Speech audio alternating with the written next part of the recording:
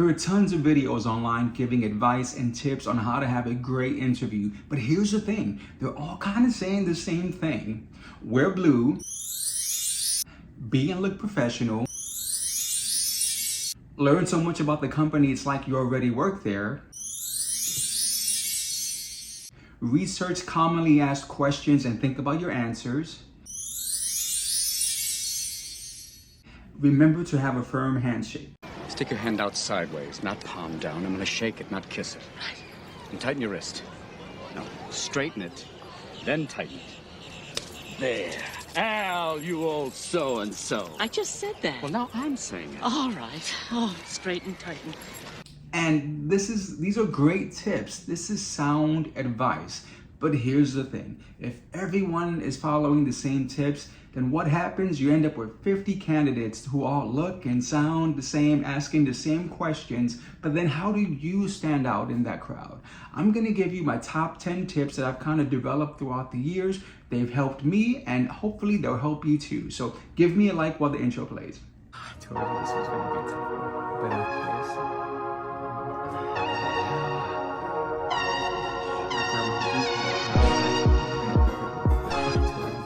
So this video was inspired by a former coworker of mine who after 10 plus years in the military decided to get out. And so she was super nervous about entering the job market for the first time, but in particular about going through a job interview. So she asked me if I had any tips, and to quickly pat myself on the back for 1 second, I have been successful with interviews, but that's only because initially I hated them. I was terrible at them and I dreaded the interviews. But throughout the years, I learned different tips that I've applied. They've worked for me. And so I shared some of those with her. She applied them and got this great job offer. So she dropped by to thank me. And so thinking of that, I was inspired to think, okay, if these tips have helped me throughout the years, if they helped her and helped other friends of mine, then maybe I should share them with everyone else. Now, my first thought was, who the heck are you to be giving advice? So I really had to take a moment to sit and give myself an honest, truthful assessment of my history, of my success. And if I had to grade myself, I would have to say it's about 70% of my interviews end up with a job offer. And I knew that would be good, but it wasn't until I did the research online and discovered that like 50% is actually considered really good. So I know that I have something with these tips and figured, why not share them? If you want to use them, do. If you don't, don't. But we'll get into my top 10 tips for not only having a great interview, but standing out in that interview. So tip number 1, not really a surprise, but if possible, choose the physical interview. In today's day, usually when the hiring manager or the HR person will call you, they'll have options. We can do this in person, or if you prefer a Microsoft Teams app or a phone interview. And many folks choose the phone interview, and it makes sense, right? It's easy, it's convenient. You don't have to worry about how you look or how you're dressed or if you smell or taking time off of work to attend this interview. So I understand that. And sometimes you don't have any other options, especially if you're out of state. I get that. But if you're open, if your options are open, then go with the physical in-person interview. There is a physical connection that can be formed that cannot be duplicated in any other setting. It will give you the opportunity to make your interview unique. If they've interviewed 50 people and you're the only one who's actually gone in and shook in their hand, then you have a leg up. It really does matter. So if the option is there, always go with the in-person interview. Tip number 2, which I kind of went over in the beginning, is you do have to wear the boring blues and grays. And there is a good reason. Those colors do exude confidence and trustworthiness and experience and loyalty. There's so many great traits that are associated with blue and gray. So I understand why you have to wear those colors. And quick sidebar, I will show you images of when I first went into the job market. I picked out my interview outfit and it was this. And I don't know what I was thinking because green was a terrible color. And when you are dressing like a little too flashy, all you're doing is putting on a fashion show for that person and they're going to judge you whether you like it or not. You have no style or sense of fashion. Well, I think that depends on what you're... No. That wasn't a question. So nowadays I do wear the blue and the green, but here's my tip. I always wear something a little blingy with it. You do want to be boring, that's gonna happen, but wear something else that's gonna add a little pizzazz to the situation. Now for me, it's a watch, and I'm gonna show you my 3 interview watches. This one, not so much. It's occasional depending on what I'm wearing. Mostly this is like a nighttime special events watch. But the other 2, this one in particular, I don't know if you're gonna see it, but the lighting isn't too great in this room. But this one, I love it. It's my favorite and the one that has been most successful for me. Like the light just bounces off of that like diamonds, like it really does. And so what's the purpose? When I put on this watch, like as you can see, I use my hands a lot when I'm speaking, and I wait for the moment, as you can see with this watch, where it's kind of like, this is gonna sound crazy, but it's like, hey, look, something shiny, look at something shiny. And whenever I see their eyes go from me to the shiny, then I know that this is my window to kind of make this interview something different from any other interview. It's like, okay, break. Now what can we go in a different direction now? Think about it. You're probably the 20th person they've interviewed that week or that month, you know, especially if they're in HR. Usually they're in this office with white walls and boring posters and asking the same questions over and over and over again. And so just that, hey, let's try something different. I know it sounds simple, but it actually does work. It really does.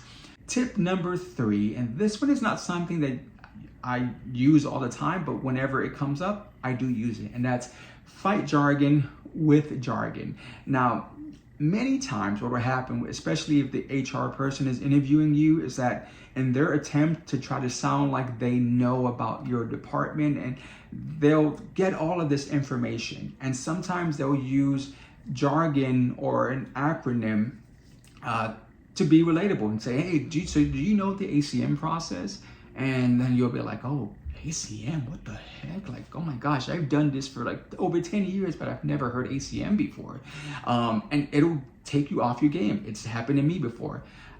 This one in particular time though, I remember saying like, wait, what does that stand for actually? And what's it used for? So when she explained it to me, I thought, oh, okay, well, I'm not down with ACM, but I'm down with OPP. Get out with OPP, yeah, you know me. And what it ended up being, honestly, was that she was using an acronym that was developed on site. So it wasn't industry-wide, it was just something used there. So there was no way that I would know that. But I was able to respond with an acronym of a similar situation that I was familiar with. So in a way that kind of leveled the playing field, and that's super important. I'm gonna go through that several times with my tips, but you want this level playing field. So tip number 4 is go through many test practice interviews. Like fill up your calendar with interviews, especially if you're green. It's gonna give you this great experience. But what I mean by test practice interviews is apply for jobs that maybe you're thinking, I like the job, but I don't think I'm completely qualified for that. Or maybe a job where it's like, I think I'm gonna like it, even though I'm not superly excited about it. Maybe, possibly, like those jobs, don't overlook them, don't go past them, apply anyways, and use that as a way to just kind of to get that experience, get yourself dirty with the job interview process. Now, for some of you hiring managers out there who are watching this, you might be thinking, oh, you're telling them to waste my time with this interview that they're not interested in? No, because here's what's happened to me at least a few times, is that I will attend this test practice interview, and you know what happens is that because I'm relaxed and not really taking it too seriously, I ended up having a great interview and loving the experience, getting a job offer and accepting it. So there's something about not having the nerves there that, of course, it makes sense. That's gonna help you. But even if you don't end up getting the offer, again, it is a good way to kind of strengthen those muscles of interviewing, and it's gonna help you with the next one. So, and you never know what's gonna happen. Okay, tip number 5, this is more personal for me and just my personality, but I try to laugh at least once, even if I'm just laughing at myself. Quick side story. So a job that I applied for. This was one of my test practice jobs. It was for an accounting position with a hotel. And I had, 10 plus years of experience working in hospitality, but never in an accounting function. So I didn't think I was going to get it. And it was one of those situations where the office was like in the basement of the hotel, like all the way in the corner of these dark hallways in a dimly lit office. Like it was super weird, but I'm in there with clear eyes, dude. For dry, red eyes, clear eyes is awesome. And the entire time I'm thinking, oh my gosh, this is so freaking boring. Like I really just wanted to leave. But one of my responses, I remember saying something that I thought was funny, and so I laughed. And at first I was horrified because, again, it was so deadly silent in that room that when I laughed, it came off like a cackle, like it bounced off of the walls, and it was just like so shrieky where I thought like, oh my gosh. But again, I thought, whatever, I'm just gonna do me. And so I kept a couple of more times. I kind of laughed and went through the process, and when it was done, it was done. I ended up getting a job offer, and when he called to give me the offer, he said, not only do you bring the goods, but you have this personality that we kind of need down here. So this is why I chose you, which was great to hear. I didn't take the job, by the way, because no. To me, it was like, this is way too just mundane and boring for me. I just couldn't see myself doing that. So I turned it down, but I did learn something, and that was something that I have applied since then and has helped me, I think. Okay, so tip number 6, and this is something that I do try to incorporate into every single one of my interviews, is to get personal if possible. Actually, it is possible. Most of the time when two people are talking to each other, there will eventually be this window that opens up where you can say something personal. Now, not too personal, but just something outside of the whole professional representative self. And quick example, side story, I was in this interview and it was going well, not super, but going well. And at a certain point, I don't even know how we got onto this, but I was asked if I had any pets. And so I said, I'm a dog owner, and I was gonna leave it there. But for some reason I thought, let me just, I don't know, I'm gonna lean into this. So I said, I have a min pin. Oh my gosh, I have a min pin too. So really? Oh, well, so I'm showing her pictures, she's showing me pictures, with swapping pictures of min pins, and that just kind of led to totally changed the direction of the interview. And yes, we did go through the necessary things that you have to go through, but outside of that, we did talk about, oh, where are you from? And it I don't know, it was more of a conversation than an interview, which is freaking ideal. That's what I want with every interview, is for it to turn into a conversation. And so being personal gives you the opportunity to do that. I'm telling you guys, even though we weren't even halfway through the interview at that point, once we brought up min pins, I knew I had it, and sure enough, I got the job. Okay, tip number 7 is the brownie points tip. If possible, genuinely compliment the interviewer. Again, don't go in thinking this is on my checklist, I have to find something to compliment them on.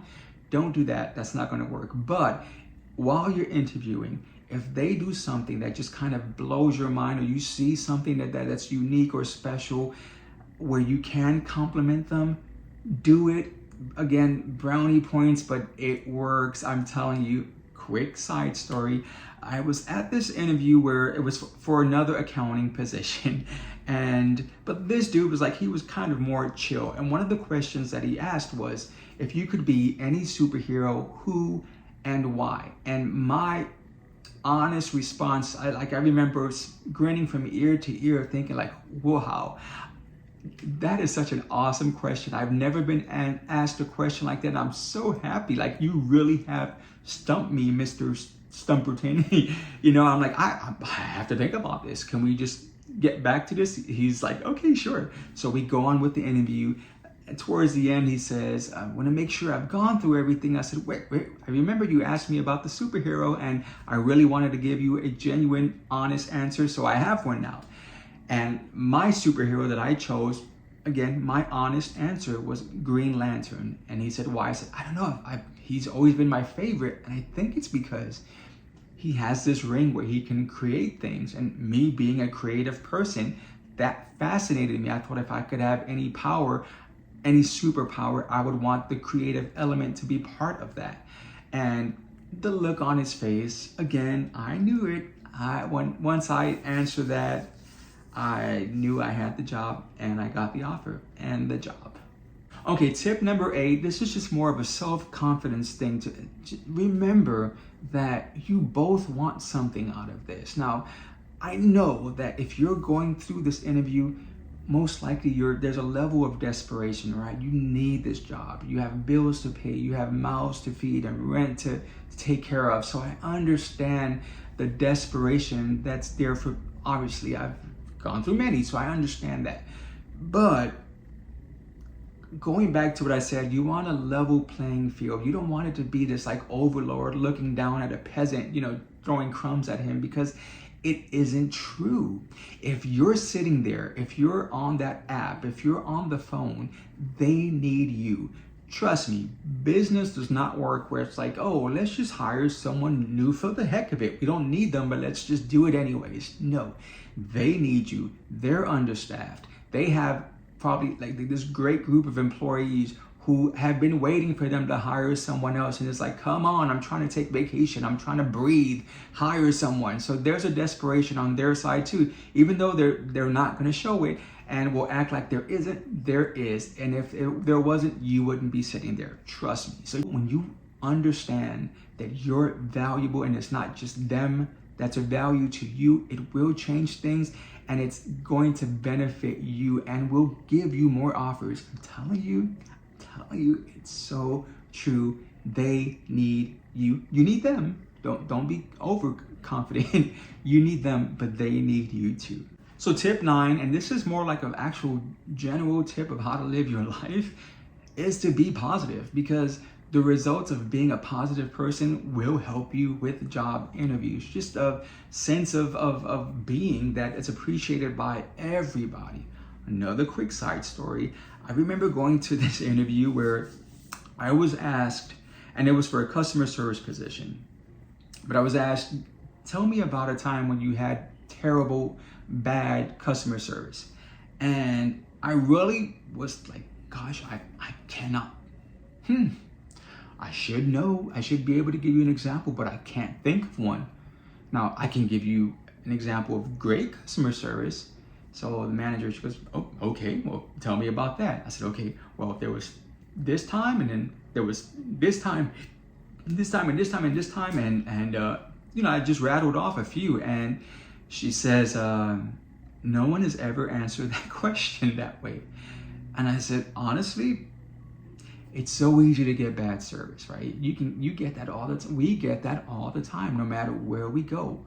Why would I remember that? Why would I want to remember that? Now, exceptional service, that's rare. That's something that I treasure. That's something that makes me a repeat loyal customer. And so for me, being that customer service person, of course, that's what I want to deliver to folks. I want them to have that experience with me. So that's what I'm going to remember, because that's what I want to be.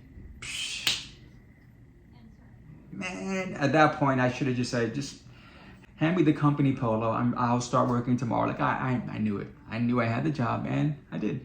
I got the job. Tip number 10, this one might be controversial. And again, I kind of mentioned it in the beginning of this, but it's, people say learn about the company because they're eventually going to ask you questions.